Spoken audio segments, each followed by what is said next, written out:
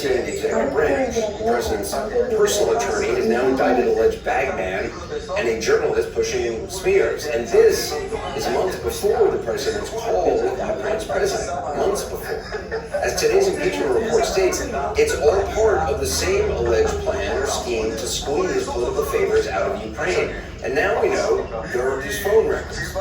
We, of course, asked Congressman Nunes to come on the broadcast. He declined. Senator Monterraju also gave him a chance to comment.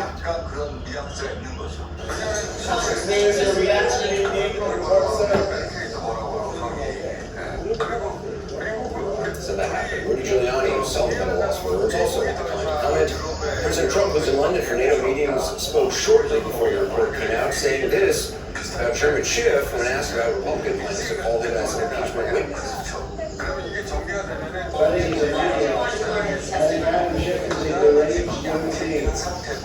you grew up with a complex for lots of reasons that are obvious, and he's a very sick man, and he lies. Those are the actual words of the President of the United States. That is now our president's talk. Not like Nixon's drunk late at night ranting on tape recording in broad daylight on camera. No, since about 9. So Jeff, now that this shifts to judiciary, what is your reaction to the case that the Democrats on Intel have laid out? Well, I think it's a very strong case because the issue in impeachment is not, was a crime committed? The issue is, was there an abuse of power? And if you look at the history, the Federalist Papers, the Constitution itself, what the framers were concerned about is misuse of the power of the presidency. And if you read these 300 pages, what you see is there is absolutely no doubt that the president used his power as the president, his power to hold an Oval Office meeting, his power to withhold $390 million in aid, in return for something that did no good to the country, but was only for his political benefit. That is abuse of power, and I think the case is completely made by what the Intelligence Committee is reporting. And John, I mean, as we just showed, Congressman Nunes was talking on the phone to one of Giuliani's since indicted associates, Lev Parnas, who seems to want to speak as well. What does it say about Nunes' potential involvement? Well, it was a surprise to find him in there. The first thing I did after discovering his name outside of the committee was to look to see if they listed him amongst the key persons where they have an appendix afterwards. They didn't do that, obviously in deference to his position on the committee, because he comes out to be a key person in telling his story. As Jeff knows, this has the scent also of a parallel operation that could be, well, a criminal conspiracy going on here to somehow defraud the federal government. And that could involve the congressman. And the congressional privilege is very narrow. It's a debate and functioning provision, and it doesn't work very well when you get outside the hall of Congress and start doing activities. And Kirsten, I want to put it, we reached out to Lev Parnas' attorney, Joseph Bondi, who told us that the phone records were not obtained via his client, but that they, quote, corroborate Mr. Parnas in key respects, and if called as a witness, he's prepared to explain himself. I mean, Kirsten, the irony here is that the Republicans continue to call this a very unfair process, criticize the Democrats on their hand of the inquiry, while at the same time, Congressman Nunes, the ranking member in the process for the Republicans, is potentially involved here and has said nothing about that while being, listening to testimony.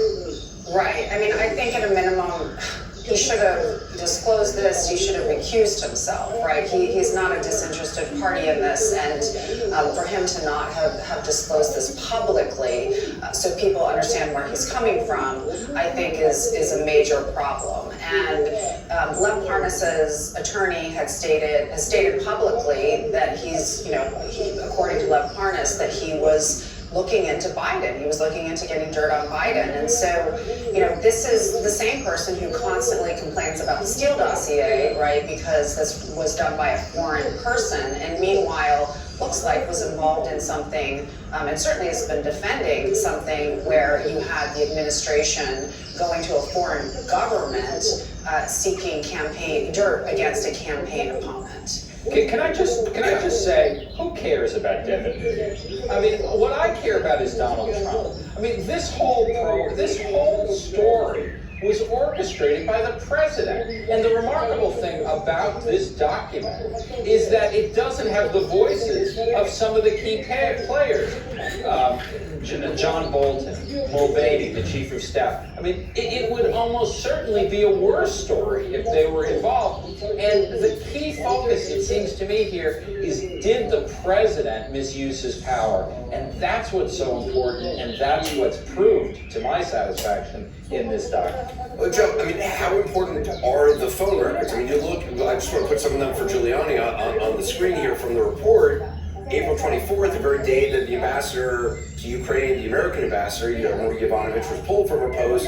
You got Giuliani on the phone with the White House 8 times. Again, we don't know what was discussed because there's no records coming from the White House. Right, but I mean, yes, that's important, but it's not as a fraction as important as the President of the United States saying to the President of Ukraine, saying, talk to Rudy Giuliani. I mean, Rudy Giuliani obviously was the key person here. I mean, the fact that Devin Nunes, who has been a total toady and someone who has done nothing but carry the White House's water since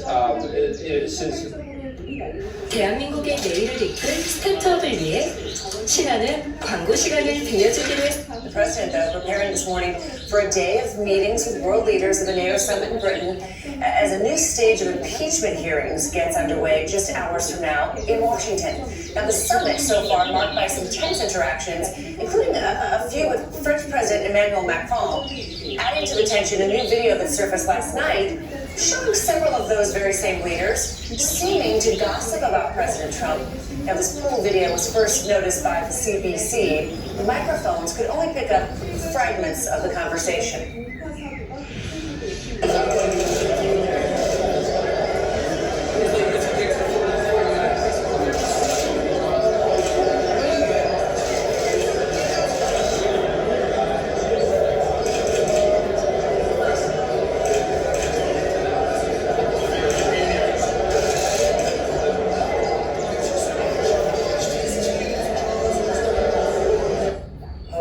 Fly on the wall of that cocktail party. As you can see, they didn't mention Trump by name, but he was the only NATO leader who held a 40-minute plus press conference. Add it all up, and the day is sure to be a test of the president's diplomatic skill. For the very latest from the summit, let's turn to CNN diplomatic editor Nick Robertson. That certainly adds a level of drama and gossip to the events and the proceedings, doesn't it, Nick?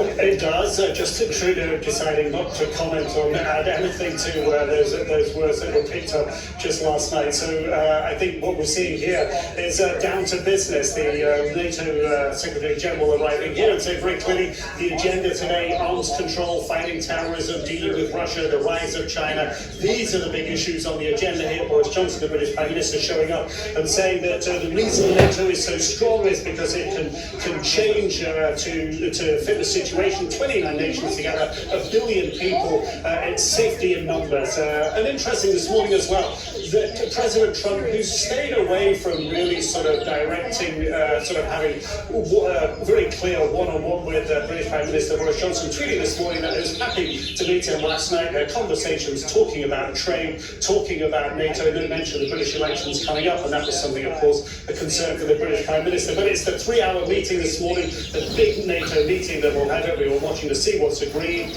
But of course, that bilateral with Angela Merkel, we know that President Trump wants her to pay more of Germany's GDP in defense spending, so that's bound to come up. Will there be a long on camera before that bilateral, as we saw yesterday with Macron and Trudeau and Stoltenberg? Yeah, the president's press accessibility yesterday was really something. I mean, maybe almost 2 hours of press availability.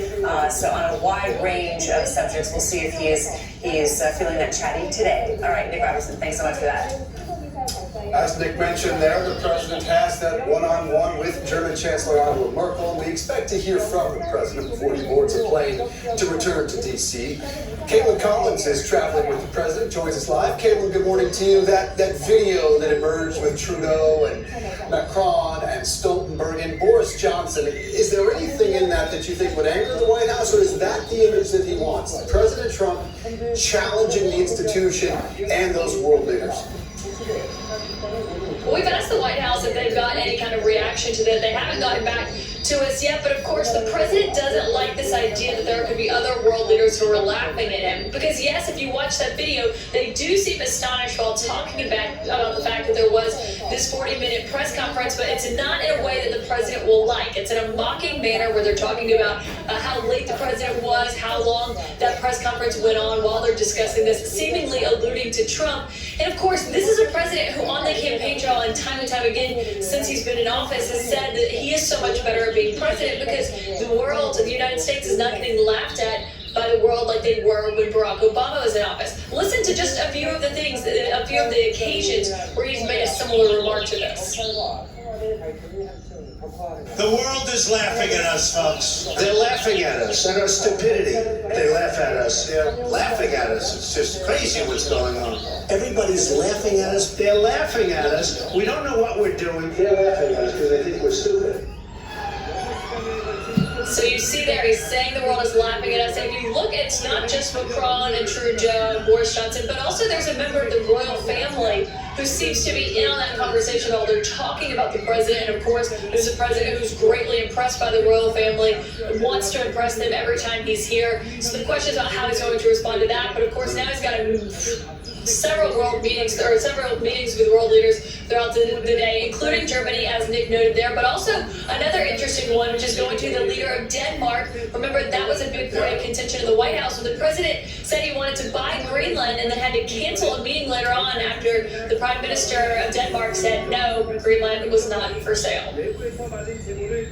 We're watching now, Caitlin, some video of the world leaders, Boris Johnson shaking hands with other world leaders, Jens Stoltenberg, the Secretary General of NATO, on the left, and they continue to arrive for this big family photo. We will continue to show video of all the festivities this morning. But Caitlin, later on this morning should be some interesting, again, split-screen moments for the president as world leaders convene and impeachment hearings begin back in the nation's capital.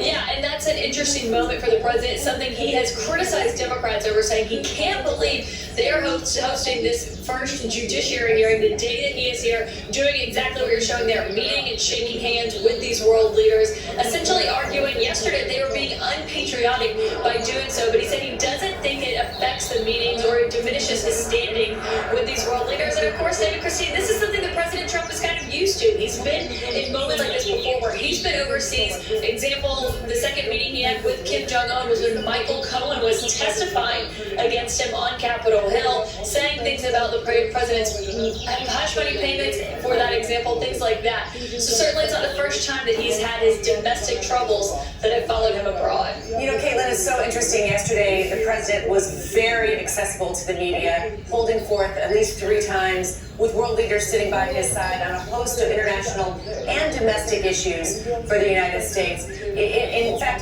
that video that we're seeing, hearing a little bit of some of those other world leaders at that cocktail party, it seems like that's what they're talking about. You know, that the president was holding these press availabilities at the beginning of his meetings with world leaders. This is a tightly scripted event. Do we expect the president will be as chatty today?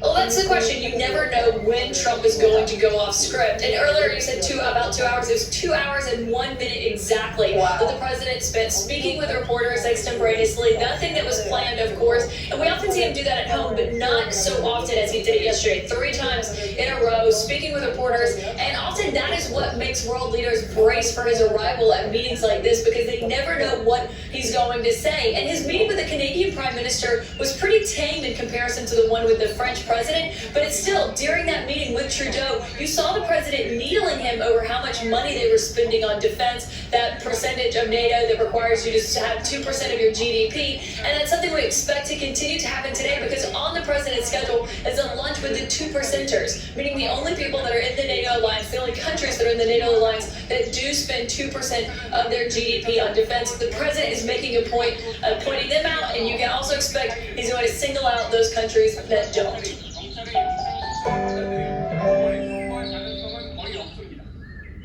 앞서 검찰 관계자는 경찰이 이미 타살 구혹이 없다고 결론 내린 만큼 압수수색이 증거가 없다며 부정적인 반응을 보였습니다.